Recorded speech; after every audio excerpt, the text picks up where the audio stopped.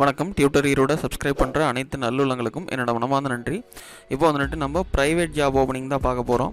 So இது வந்துட்டு ஒவ்வொரு வேகன்சியாக வந்துட்டு நான் ஷோ பண்ணுறேன். ஸோ உங்களுக்கு வேணும்னா ஸ்க்ரீன்ஷாட் எடுத்து நீங்கள் அதை யூஸ் பண்ணிக்கோங்க. தேங்க்யூ.